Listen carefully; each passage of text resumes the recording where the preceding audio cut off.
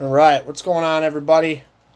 We're live on YouTube. Haven't done this in quite a while. Been crazy, crazy swamp busy. Um, I'm gonna share this over to Facebook, Instagram, all that stuff as well. But just had a, I've had so many people reach out to me with questions and um, I guess just concerns about the this Trump assassination attempt. So first of all, my thoughts and prayers go out to the man that was killed, that was behind Trump. Of course, you know when this stuff happens, it has to be a dude that literally dedicates his life to saving others, and it's just it's ridiculous. It doesn't need to happen. It's just stupid. Um, I love that. By the way, his wife refused a phone call from Joe Biden, either today or yesterday. I can't remember which day it was, but he tried to call her and give his condolences, and she said, "Yeah, fuck you, buddy," which was awesome. So good for her. Kudos on her for sure. Um, but this whole situation is just insane. I mean, this is the first time I've had to ever experience an assassination attempt on a president. Um, like Trump or not, this is a major event that happened in this country, and the fact that there's so many people downplaying it is disgusting. Honestly, it's absolutely disgusting. Um, Now, what I'm doing this video for is really because I've had so many people, and I love you guys. I love the Pew Pew Nation fans and the my friends out here, but I've had so many people reach out to me asking me questions about logistics and if this photo, do you think this photo is real? So I guess somehow I've become kind of an expert on photography in the firearms world. I mean, I understand why, but it's a lot different thing that's going on with all the stuff that's out there. Um, my big thing, and I've always said this on this channel, I've always said this personally, is that you can't jump to conclusions on things that you see right away when you see them on the internet. There's so much fake bullshit out there that you just can't jump to conclusions. So the one picture that everybody keeps sending me is the picture of Trump, and they're claiming that it's a bullet trail going past him. Now, could it be? Sure. It could be a very, very, extremely lucky shot from the photographer. Um, my guess is, with the composition of the photo and everything else, is that that is not a bullet trail. That's most likely either a bug. It could be a piece of dust on the guy's lens. It could be a cloud that's way back in the sky, just a little streak of a cloud, and it's just showing up that way. Um, Highly doubt that's a bullet trail. So we'll just get that one out of the way first, because that's the one that I've had probably about 70, 80 people send me. Literally, I'm not even exaggerating. Between Instagram, Facebook, and like TikTok and stuff, people have been sending me these messages asking me, like, hey, you're a firearms photographer. Is this possible?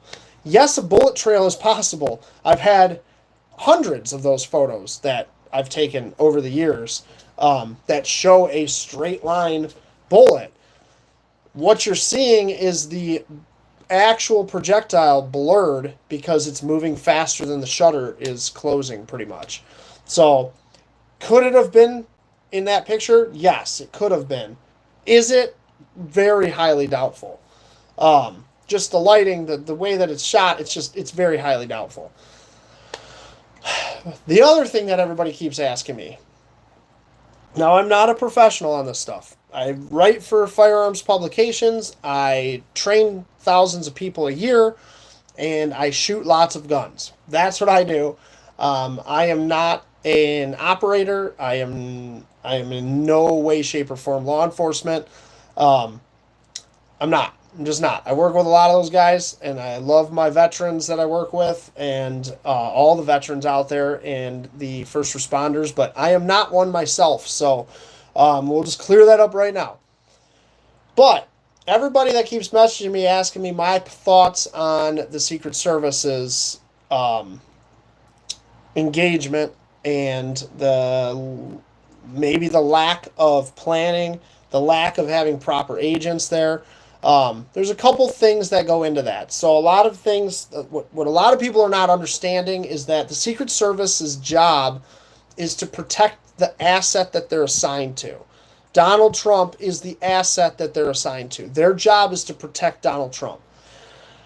They are not actually the organization. They plan for these events, but they work with local and state law enforcement to actually come up with a plan, and they actually leave, in most cases, leave the security of the surrounding immediate area to local and state law enforcement. So the snipers in those pictures that you see on the building, you see the one sniper looking, and he's looking through his scope, and you can tell he's on somebody, and then he looks up over the scope to get a little bit better view. What you got to understand is that that's a local police officer. That is not a Secret Service sniper. That is a local cop, maybe a state level cop. I'm not sure. He's actually not the shooter either. Everybody thinks that guy fired a shot. I don't think that guy actually fired his rifle. The shot came from what is actually a Secret Service sniper that was on a barn in the background. So the sniper that's in that video did not even fire the shot. I don't think he fired a single shot, personally. I didn't see his rifle shoot. He reacted to the initial gunfire, and then you see him like jump, and after a couple shots he gets back on his scope and tries to get on target, but his rifle's up in the air, and like it's just a mess. So I don't think that guy actually fired a shot. I know for a fact that's not who took down the guy that was trying to kill Trump. The assassination attempt. That's not who shot him. Secret Service sniper that was on a red building is the one that actually shot him, not the guy that was on the white building. The white building guys were actually, like I said, they were local guys.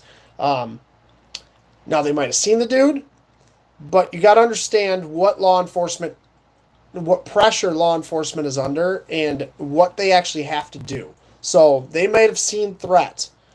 Now, that should have been communicated. It was failed that it wasn't communicated to Secret Service, who then could have shut down the show, pulled Trump off stage, got him to safety immediately before a shot was even fired, out of just protocol. Whether there was a shooter or not, there was a possibility. So you take the asset out, you protect them, and get the hell out of the way. That was a fail on multiple levels. But for law enforcement, you have to understand that they are under such pressure. That could have been an undercover. There's undercover guys all over that area during a rally. You don't even know they're there. They're plain clothes guys. Most of those dudes are dirty looking guys, long hair. They have to look the part. They're undercover. He's a dirty looking guy, long hair, on a roof with a rifle.